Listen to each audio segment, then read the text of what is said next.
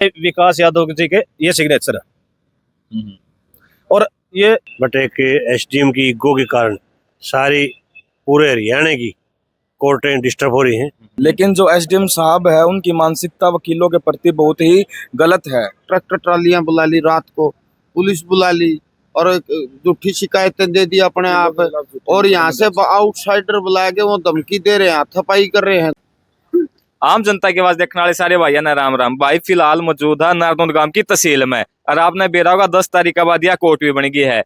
Court बने ना एक भी ना को नहीं होया कि जो वकील भाई थे अपने, उन्होंने किसी आंदोलन में बैठना पड़ गया। वो के रीजन रहा है ये तो पहला 20 दिन के भीतर इन्होंने काम करना पड़ गया। इन तो सारी बात पूछांगे।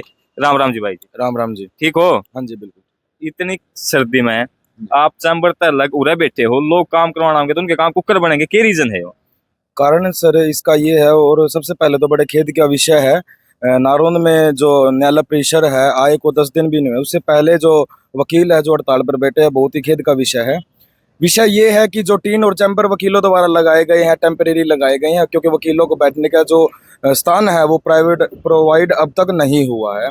इसलिए जो आप देख पा रहे होंगे पीछे हमारे टीन सेट लगे हुए हैं, चैम्बर जिनको कहते हैं, अनिश्चित काल तक धरना इसलिए है क्योंकि वकीलों को बैठने की जो जगह है वो नहीं दी जा रही है। के कारण है कि जगह नहीं दी जा रही है? कुछ जब कोर्ट आया था तो कुछ बात भी होंगी कि वकील भी आएंगे, कित बैठेंगे, कित बैठ कर भी काम करेंगे। सीजीआई साहब जब आए थे वो सारी चीजें क्लियर करके गए थे कि वकीलों के लिए जो बैठने की जगह है वो उचित होनी चाहिए। लेकिन जो एसडीएम साहब है उनकी मानसिकता वकीलों के प्रति बहुत ही गलत है।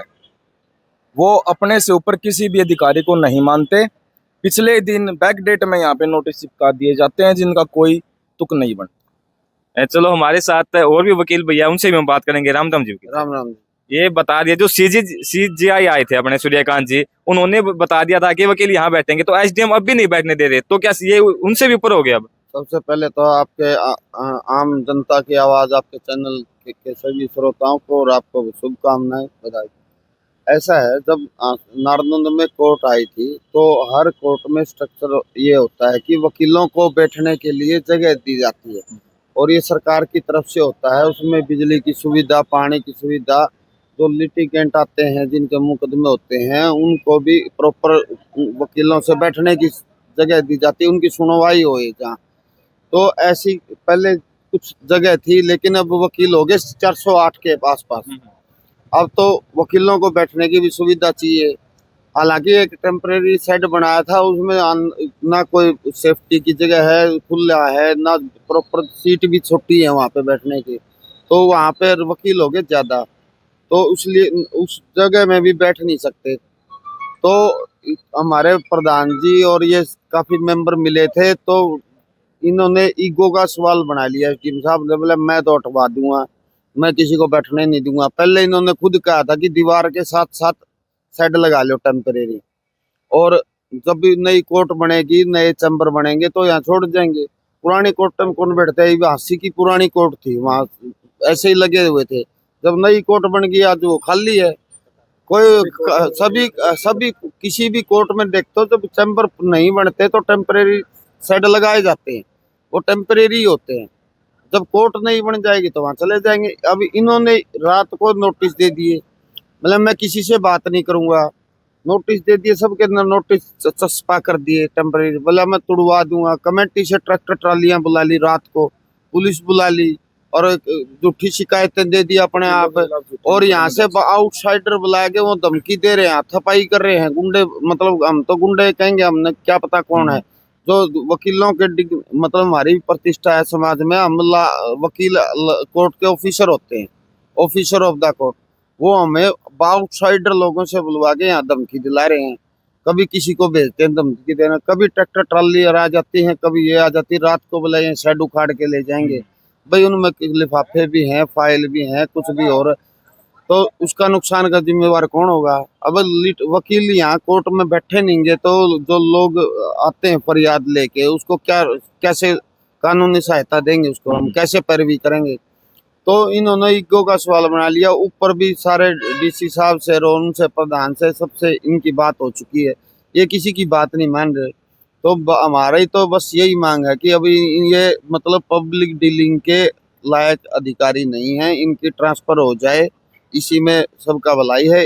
एक अधिकारी के अहंकार और ईगो के कारण आज पूरे हरियाणा में वकीलों की स्ट्राइक है सभी बारों में, और उनसे जो लोग प्रभावित हो रहे हैं उनका भी प्रभावित हो रहे हैं एक आदमी के ईगो के कारण।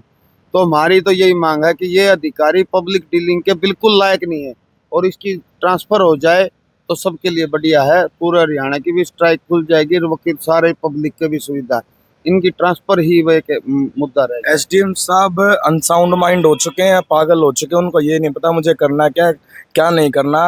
विकास यादव जी एसडीएम पद के लायक ही नहीं है, हमारा ये कहना है। सर जैसे कोर्ट बनी है, कोर्ट बने को 20 दिन हुए हैं अभी, वो कोई भी व्यक्ति काम करवाने आएगा, वकील नहीं मिलेंगे तो कोर्ट का क्या फायदा होगा फिर? ऐसे सर हम तो काम करने के लिए लोगों के तत्पर हैं, बट एक एसडीएम की ईगो के कारण सारी पूरे हरियाणा की कोर्टें डिस्टर्ब हो रही हैं, और हमारी जो बार नारनौंद, बार हांसी और बार हिसार तो परमानेंट ही डिस्टर्ब हो रही हैं अब।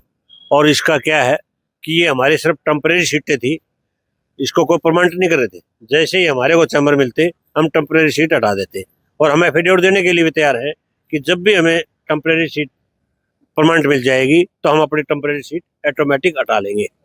और जो हमारे को शेड दिया गया है उस शेड के अंदर ना पानी की सुविधा, ना पंखा है, ना और कुछ है, बैठने की कोई जगह नहीं है। तो इसका सोल्यूशन अब कैसे हो सकता है? इसका सोल्यूशन यही है जी, ये अडामेंट ना हो, ये नोटिस वापस ले और एसडीएम का ट्रांसफर हो जाए। उसके बाद हमारे वकील साथी काम करने के लिए तैयार हैं, क्योंकि हम यहाँ पर काम करने के लिए आते हैं, जनता की भलाई के लिए आते हैं। हम जनता को परेशान करने के लिए नहीं आते, हम यहाँ अपना काम करने के लिए आते हैं और जनता का काम करने के लिए आते हैं। बात अगर एसडीएम अपनी बात नहीं मानते, ऐसे ही अड़े रहते, तो आपका अगला कदम क्या होगा? आपको ये तो पता चल गया होगा अब किस लिए हड़ताल पर। उससे पहले काफी वकीलों ने आपको बता भी दिया, लेकिन मैं एक और आपका ध्यान आकर्षित करना चाहता हूँ।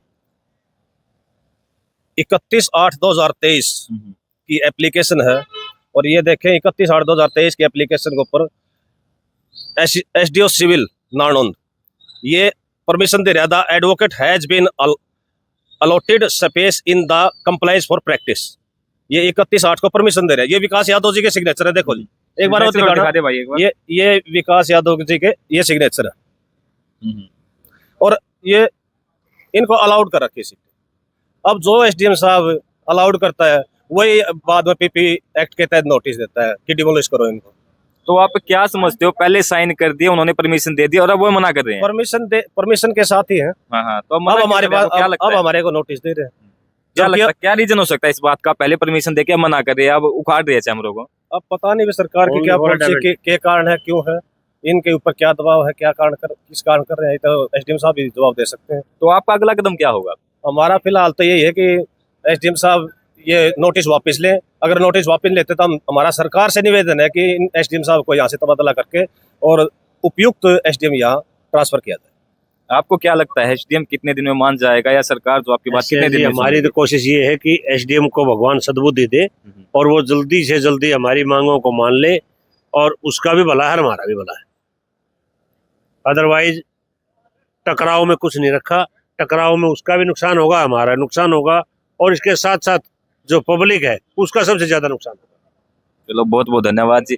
आपने सभी वकीलों की बात सुनी है। इन्होंने बताया है जो एसडीएम साहब थे उन्होंने पहले तो नोटिस दे दिया था कि आप इन सभी कामों के यहाँ पे अपने चैम्बर लगा सकते हो, लेकिन बाद में धीरे धीरे क्या पता उनके दिमाग में क्या बात आई, जो वकीलों ने बताया है कि उन्होंने अपना जो निर्णय था वो बदल दिया और चैम्बरों को पाड़ दिया। आपने देख के भी लग रही हो पीछे सारे वकील बैठे हैं, कोई भी काम नहीं कर रहा है। हम भी आप तो ये आपा सोचा थे सब मिलकर कि नारनौंद में कोर्ट आऊंगा, बहुत बढ़िया काम चल लगा, लेकिन उसके 20 दिन बाद ही ये काम हो गया कि जो वकील है उन्हें आंदोलन पर बैठना पड़ गया। तो आपने मैं ज्यादा से ज्यादा वीडियो ने शेयर करिए और कमेंट करके बताइए इसमें किसकी गलती है और नारनौंद का विकास करवाने में रुकावट लागे को लागे। अब के लिए अपडेट में जल्दी मिलेंगे। जय हिंद, जय भारत।